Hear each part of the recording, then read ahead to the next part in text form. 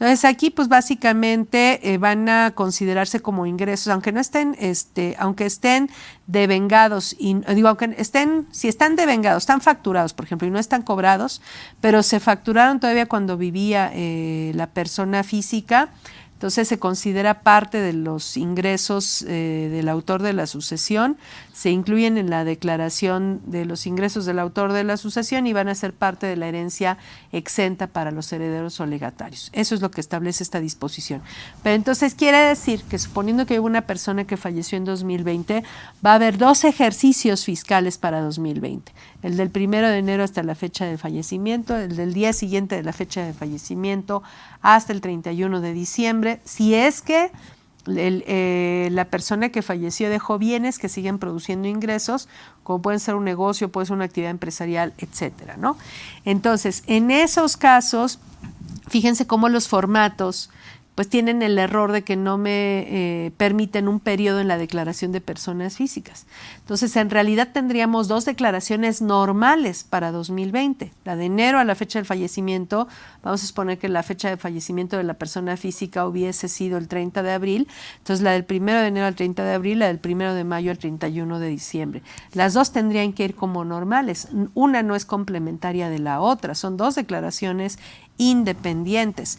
Entonces, eso es lo que procede en este caso. Es el único ejercicio irregular que existe para las personas físicas. Entonces, las personas físicas, pues solo en el año de su fallecimiento van a tener ejercicio irregular, por lo tanto, siempre todos los ejercicios van a ser año de calendario, aun cuando la actividad haya iniciado el 31 de diciembre, se considera que su primer ejercicio es del 1 de enero al 31 de diciembre. Entonces, hay que considerar eso siempre para los cálculos, para la deducción de inversiones, como puede ser uno de esos cálculos. Hay que considerar siempre esa situación para esos cálculos. Entonces, bueno, tenemos entonces estos activos fijos. Ya dijimos que solo se aplica el % de meses completos de uso, cuando inician su uso, cuando terminan su uso o cuando se trata de un ejercicio irregular, que pues eso prácticamente no va a existir en personas físicas.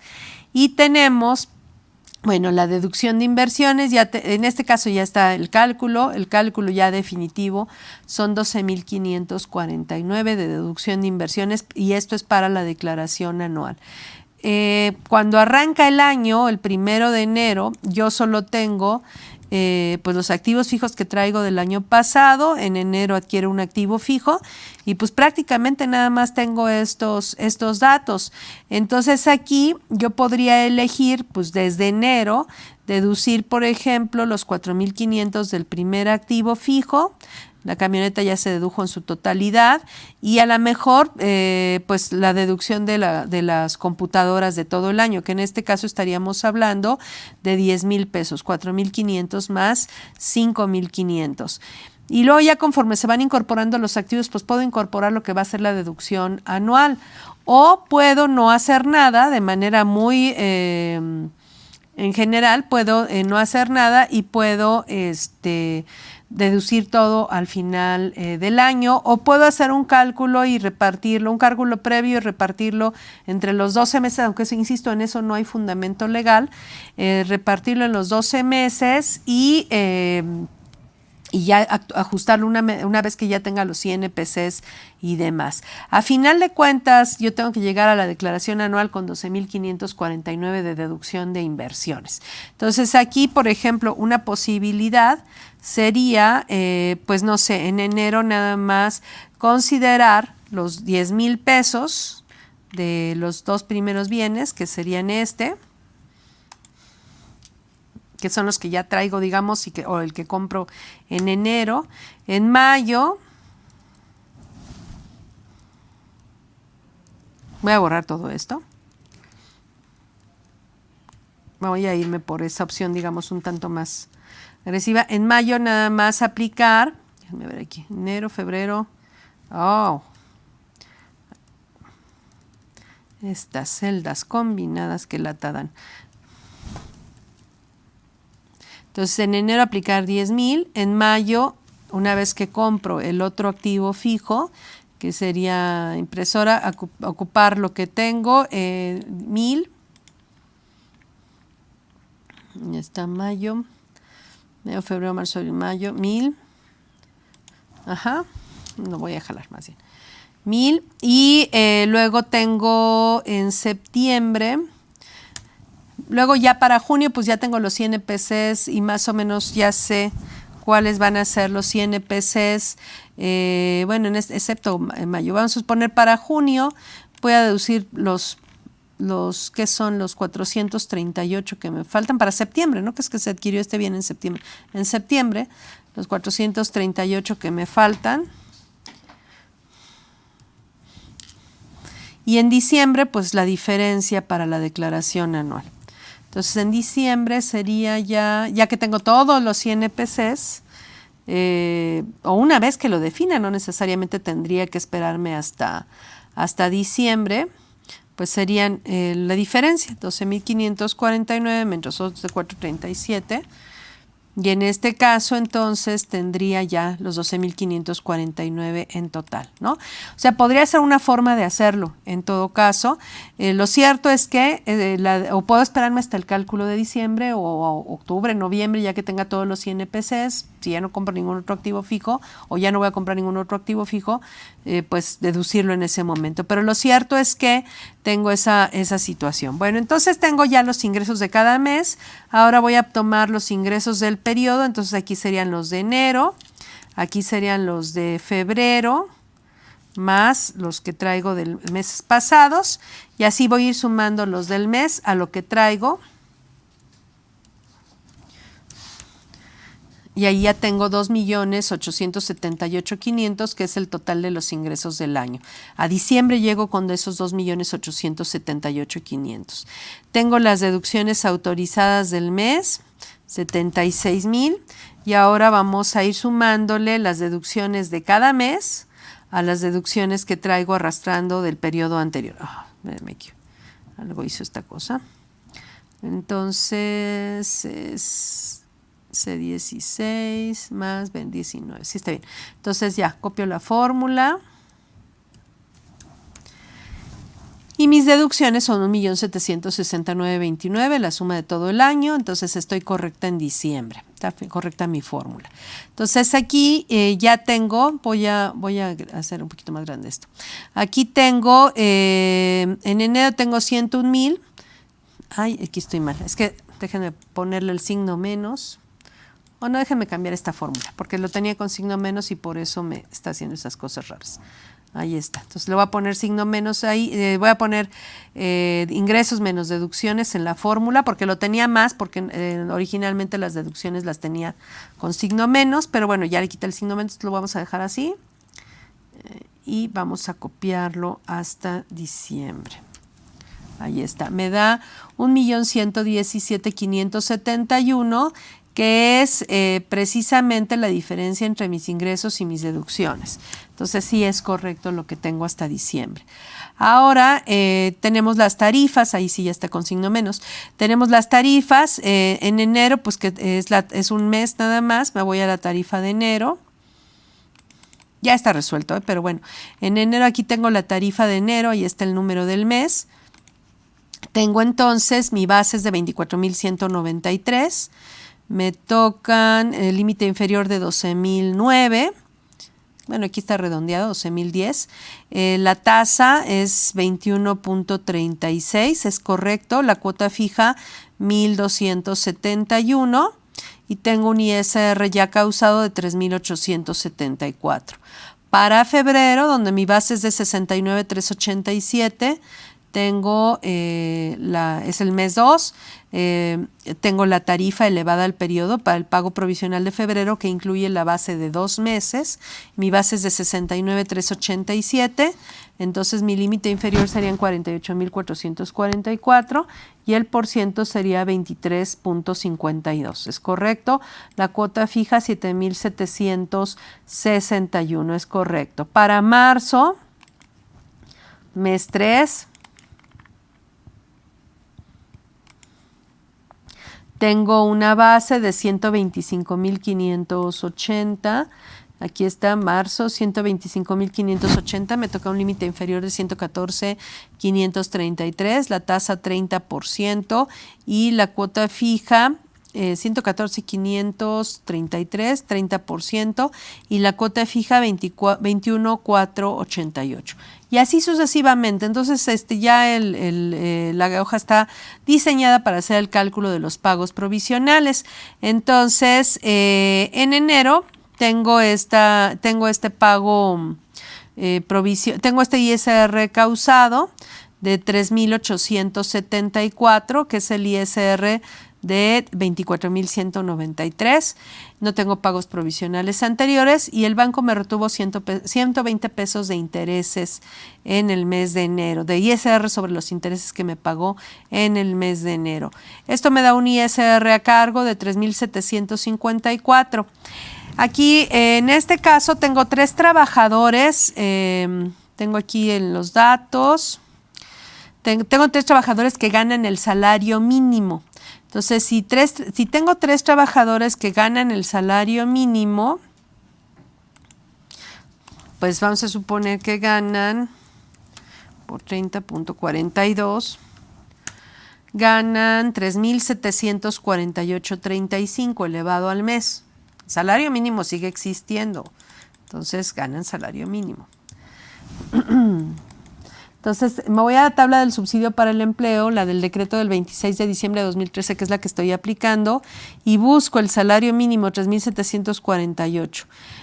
Aquí el subsidio para el empleo sería de 382.46.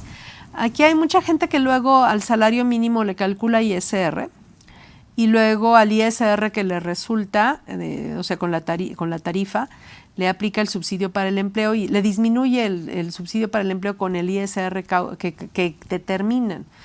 Aquí lo cierto es que la ley del impuesto sobre la renta establece que no se hará retención a quien en el mes únicamente ganen el salario mínimo. O sea, si el trabajador gana salario mínimo, pero es vendedor y gana salario mínimo en el mes 1, pues no hay retención. Pero si en el mes 2 gana el salario mínimo y vendió en el mes de enero y en febrero cobró las comisiones y ya ganó por arriba del salario mínimo, entonces ahí desde el primer peso del salario mínimo hasta el último peso de sus comisiones van a estar afectos al pago del impuesto sobre la renta. O sea, el salario mínimo no está exento, pero si en un mes yo no percibo un peso más allá, un peso por arriba del salario mínimo, entonces el salario mínimo no es sujeto al cálculo del impuesto. ¿Por qué? Porque el artículo 96, me voy al artículo 96,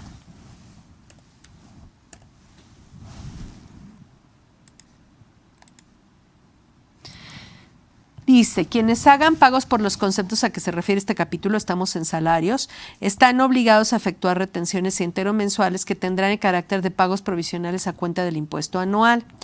No se efectuará retención a las personas que en el mes únicamente perciban un salario mínimo general correspondiente al área geográfica del contribuyente. Entonces, acuérdense que el subsidio no está dentro de la ley del impuesto sobre la renta. El subsidio es un decreto que viene fuera del impuesto sobre la renta. Entonces, el cálculo del ISR, para el cálculo del ISR aplicamos única y exclusivamente ley del impuesto sobre la renta. Y entonces, hablando de la ley del impuesto sobre la renta, dice que si la persona en el mes únicamente percibe el salario mínimo, no se le hace retención. Y luego dice, la retención se calculará aplicando a la totalidad de los ingresos obtenidos en un mes de calendario la siguiente tarifa. Entonces, si a una persona de salario que percibe únicamente el salario mínimo en el mes no se le hace retención y la retención se determina, se calcula con la tarifa, luego entonces a esa persona no se le aplica la tarifa. Y entonces, tal cual, el ingreso tal cual, el salario mínimo tal cual, se va a la tabla del subsidio. Si el salario mínimo con el salario mínimo actual son 3.748, le tocaría un subsidio de 382.46, tal cual se lo tendríamos que pagar. Si el trabajador estuviera en la frontera norte, donde el salario mínimo es todavía mayor, es lo mismo, porque es el salario mínimo vigente en el área geográfica de que se trate. Entonces, a pesar de que sea mucho mayor el salario mínimo de la frontera norte, en ese caso se aplican las mismas reglas y entonces a ese trabajador de la frontera norte le entregarán su salario mínimo más el subsidio para el empleo que le corresponde en términos de la tabla, que va a ser menos que porque obviamente ellos ganan más. Entonces, no hay que calcularle impuesto al salario mínimo para determinar cuánto subsidio le entregamos. Esa sería la cuestión. Entonces, aquí tenemos que esta persona física tiene 382 pesos con 46 por 3, perdón, acá, 382 con 46 por 3 trabajadores,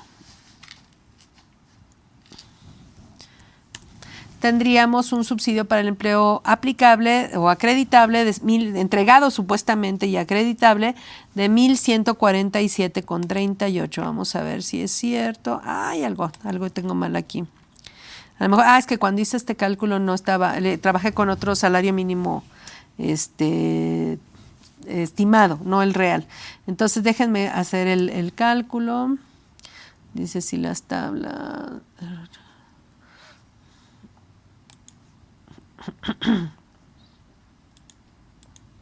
10.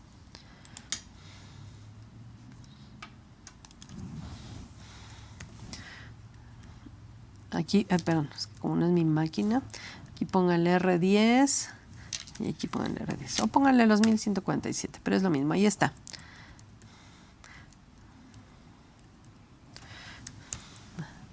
Ahí está. Y entonces ya tenemos el salario mínimo de 1,147. Déjenme salvarlo, ahí está.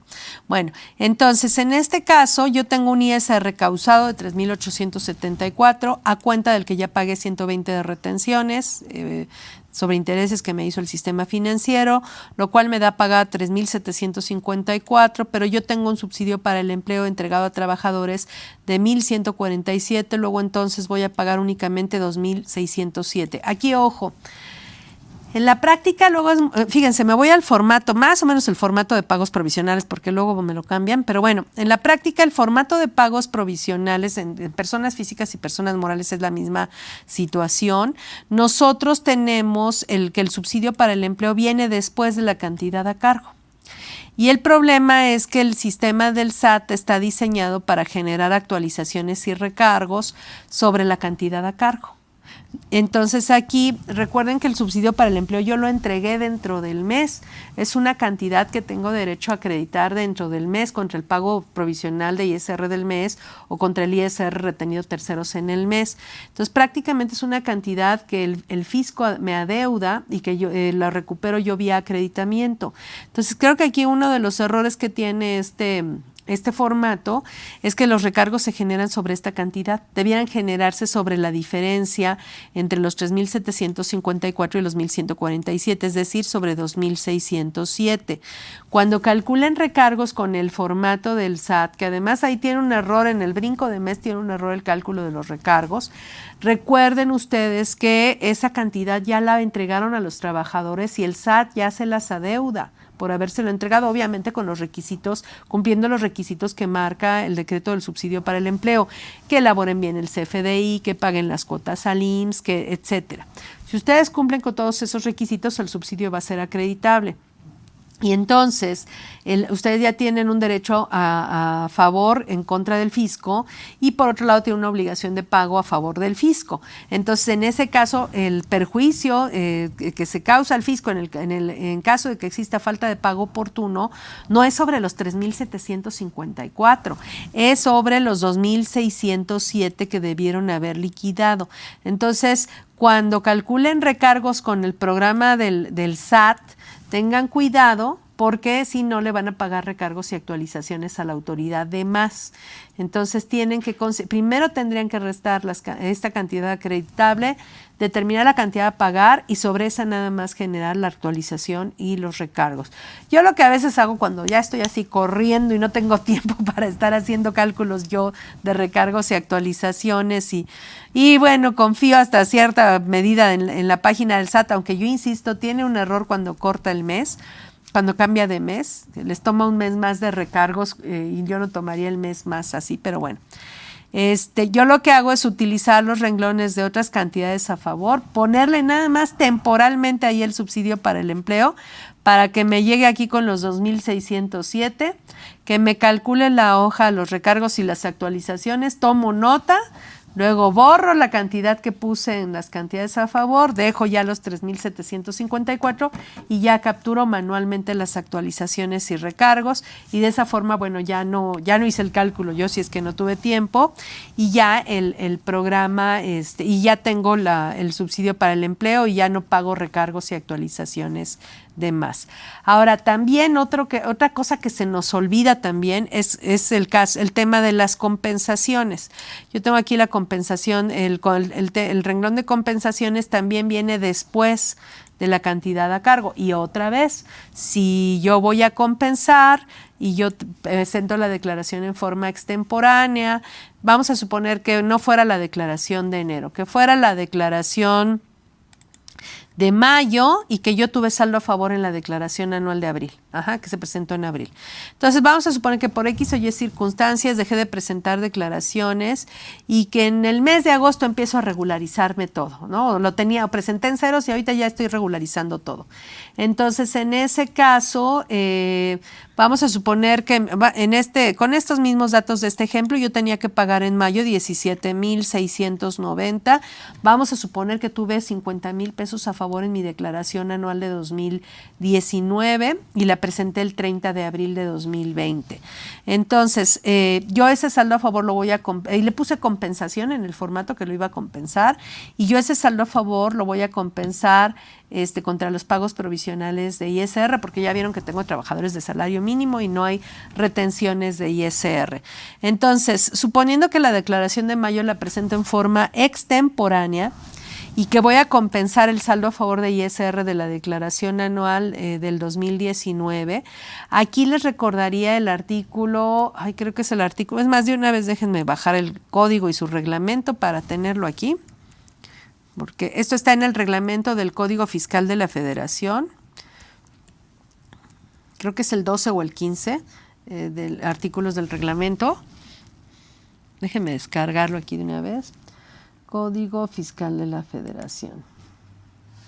Y el reglamento del Código Fiscal de la Federación. No, perdón, es el reglamento, ahí está. Vigente, reglamento del Código Fiscal de la Federación. ¿Dónde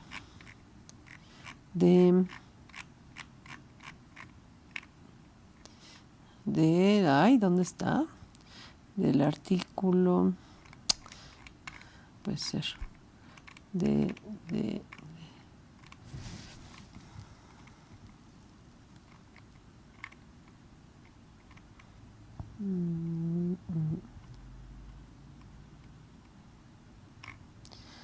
Leyes federales vigentes, sí está ahí.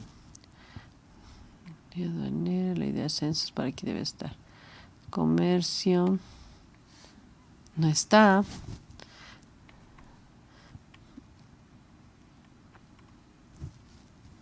No lo encuentro, caray. Bueno, básicamente lo que dice ese artículo, si no lo encuentro ahorita lo descargo en el receso, pero básicamente lo que dice ese artículo del reglamento del Código Fiscal de la Federación es que si ustedes tienen un saldo a favor que nace antes de que se genere la obligación de pago del impuesto a cargo, entonces que ustedes no generarán recargos ni y obviamente ni actualizaciones sobre ese saldo a cargo, siempre y cuando alcance a ser cubierto con el saldo a favor. Pues no lo encuentro, mejor ahorita que regresemos lo veo. Aquí está, abajo. Es el último, ¿quién iba a pensarlo? Ahí está. Bueno, entonces aquí es el artículo, ya lo vemos.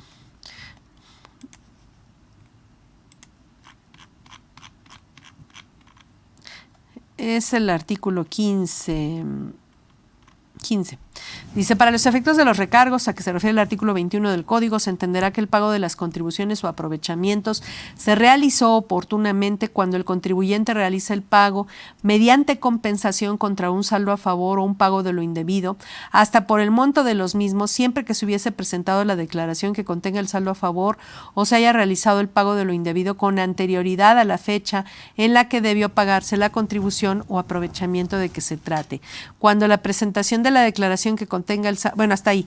Entonces, como el saldo a favor nace en abril y la obligación de pago corresponde a mayo y se debió pagar el 17 de junio, entonces, aunque ustedes presenten la declaración el 17, la declaración de mayo la presentan hasta el 17 de agosto ya correcta, si el saldo a favor es mayor que el saldo a cargo, no hay recargos ni actualizaciones. Entonces, ese es otro error de la plataforma en cuanto al cálculo de recargos y actualizaciones. La verdad es que nos hemos vuelto muy flojos en cuanto al cálculo de recargos y actualizaciones y confiamos ciegamente en lo que hace la plataforma del pago referenciado, pero pues está hecha para que paguemos de más. Entonces, en este caso, igual que en el caso que yo les establecía, bueno, aquí sí, ustedes saben que van a compensar y saben que el saldo a favor que van a compensar es mayor que el saldo a pagar, entonces, aunque el programa les ponga recargos y actualizaciones, ustedes pónganle 0.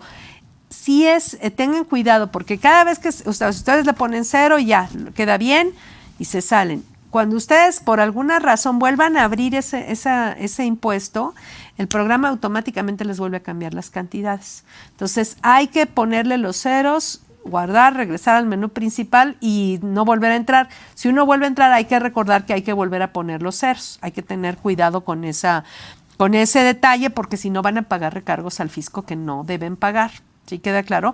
Ahora, si el saldo a favor no es suficiente, vamos a suponer que no hubiera sido por 50,000 pesos el saldo a favor, sino que hubiera sido por 10,000 pesos y su cantidad a pagar son 18,837, entonces ahí ustedes nada más deben generar recargos y actualizaciones sobre 8,837. No tienen por qué pagar recargos sobre los 10,000, porque eso se considera que están pagados en forma oportuna, que eso es lo que dice el artículo 15 del reglamento del Código Fiscal de la Federación. ¿Sí queda claro? Ahora vamos a suponer que no, que ustedes hubieran estado pagando bien todos sus pagos provisionales y demás, pero que a partir de en el pago provisional de diciembre ya no lo pagaron o porque saben que va a haber un saldo a favor. No, bueno, no el de diciembre, vamos a suponer que fuera enero. Vamos a suponer que ustedes, que no, ya olvídense el caso anterior, ya lo comentamos, ahora vamos a poner otro supuesto. Con el mismo saldo a favor en la declaración anual de 2019 de 50,000 pesos que se presentó el 30 de abril, ustedes no nada más no habían presentado la declaración de mayo, sino que no habían pagado los impuestos de enero, febrero y marzo. En ese caso, ¿qué pasa? Aquí el Código Fiscal de la Federación, el reglamento del Código Fiscal de la Federación, artículo 15, segundo párrafo, dice lo siguiente: cuando la presentación de la declaración que contenga el saldo a favor o la realización del pago de lo indebido se hubieran llevado a cabo con posterioridad a la fecha en que se causó la contribución, los recargos se causarán por el periodo comprendido entre la fecha en que debió pagarse la contribución y la fecha en que se originó el saldo a favor. Entonces, nuevamente, si ustedes en agosto están regularizando todo el año y saben que tienen el saldo a favor de 2019, pues estos 3,754 de enero, los 8,000 de febrero, los 12 de marzo, van a generar recargos únicamente desde la fecha en que se debieron pagar, o sea, por ejemplo, enero desde el 18 de febrero, considerando que la fecha de pago fue el 17, aunque sabemos que no es exactamente así, pero van a considerar los recargos, que los recargos se van a generar desde el 18 de febrero hasta el 30 de abril, como si hubieran pagado el 30 de abril. La de febrero va a generar recargos del 18 de marzo al 30 de abril, la de marzo del 18 de abril al 30 de abril, o sea, solo una tasa de recargos sin actualización, y la de abril, pues nada más, igual también nada más, esta ya no va a generar nada, porque esa se debe presentar en mayo y ya para esa fecha pues ya se presentó la declaración anual, aunque como aquí enero, febrero y marzo ya sumaron 24,000, no, abril todavía alcanzaría a ser cubierto con el saldo a favor del 2019. Entonces, no confíen ciegamente en la plataforma para el cálculo de recargos y actualizaciones, porque tiene todos estos errores que son errores que van en perjuicio del contribuyente, que van a hacer que pague de más. Entonces, tengan cuidado en no pagar recargos y actualizaciones innecesarios y consideren siempre lo que establece el artículo 15 del reglamento del Código Fiscal de la Federación. Entonces nosotros ya tenemos nuestro cálculo, tenemos las cantidades pagadas de impuesto, a pesar de que estuvimos aplicando el subsidio para el empleo, pues las cantidades pagadas obviamente serían antes del subsidio para el empleo. En total habríamos pagado 208,193, aunque en realidad estos 208,193, 450 pesos son de ISR retenido por el sistema financiero. Entonces en la